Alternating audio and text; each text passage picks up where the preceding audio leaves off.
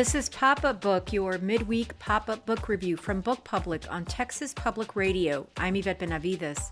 This week's pop-up book is Dancing with the Octopus, a memoir of a crime by Debora Harding.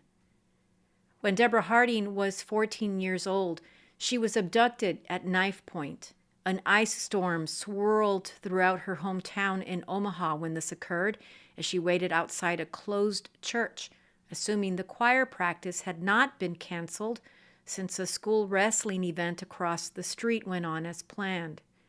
The abductor, a man she refers to as Mr. K, drives her around in a stolen van, interrogating her about her family's finances.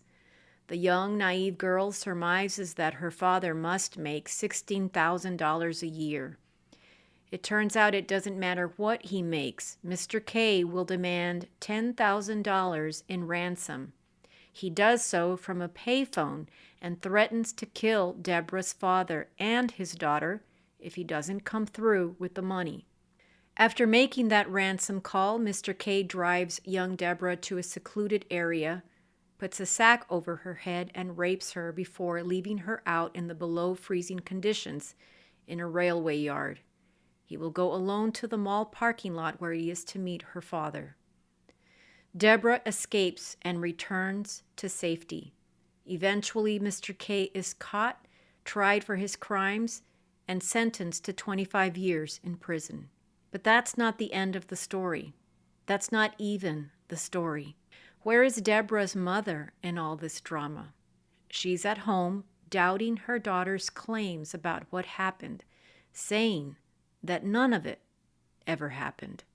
By now, as readers, we've learned a lot about what it was like for Debora Harding and her three sisters to grow up with a father she adored and who adored her, and a mother who lashed out at her girls, once even locking them in a freezing cold garage for hours. Their father wrote off the deed as part of the mother's postpartum depression, but that would not explain the years of abuse.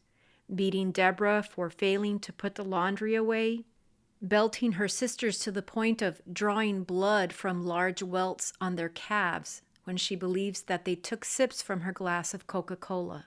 Harding's mother calls the cops and tells them her daughter has been smoking pot. The investigating officer notes the mother's peculiar behavior and demeanor, but sides with Debora. The outcome in no way deters Debora's mother from more cruelties inflicted on her daughters. As an adult, Harding starts to experience bouts of depression, but also other unexplained maladies she cannot so easily align with post-traumatic stress disorder. One insensitive doctor is no help, telling her that there's nothing wrong with her. He, like her mother, tries hard to convince her that the truth about her life is a lie. Years later, Harding and her husband work to retrace the history of the crime in Omaha, the abduction and the rape and the rest. They come to the only real conclusion. Of course it all happened. Of course Harding's mother was monstrous in her lack of compassion for what her daughter endured. In attempting to achieve some control in her own life, Harding decides that restorative justice might help. She comes face to face with Mr. K. She has found that the situation with this attacker helped her solidify her relationship with her father. She could never save her dad from his own later battles with depression. She could not again connect with a sister who disconnected from the family because of their mother's abuse. But then, in the anticlimactic and disappointing meeting that comes from the final encounter with her abductor and rapist, all those years later, she finds that justice isn't easily assured. Some readers believe that Memoir is too much about the confessing of dramatic situations, that the too much information of it all somehow dilutes the writing, the art and craft of it. What is Harding to do then with this unsteady raft of stories from her life?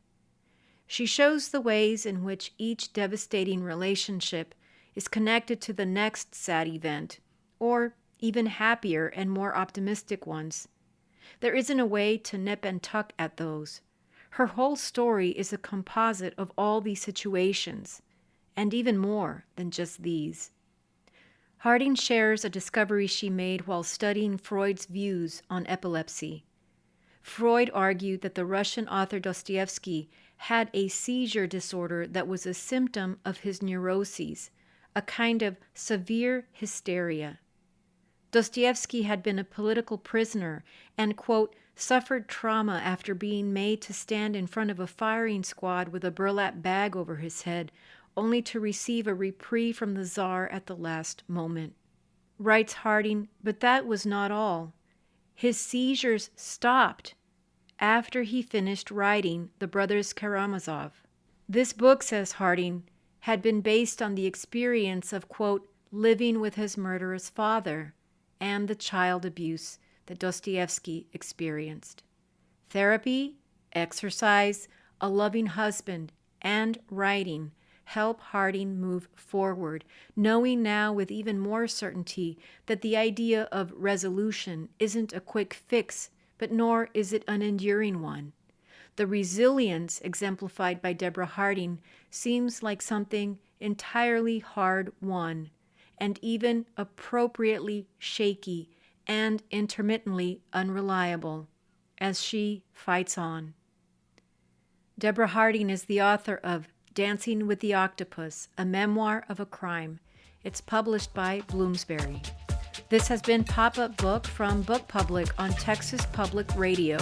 Write to us at bookpublic@tpr.org. Jacob Rosati composed our theme music. Bree Kirkham is our digital producer. Dan Katz is Texas Public Radio's news director. I'm Yvette Benavides.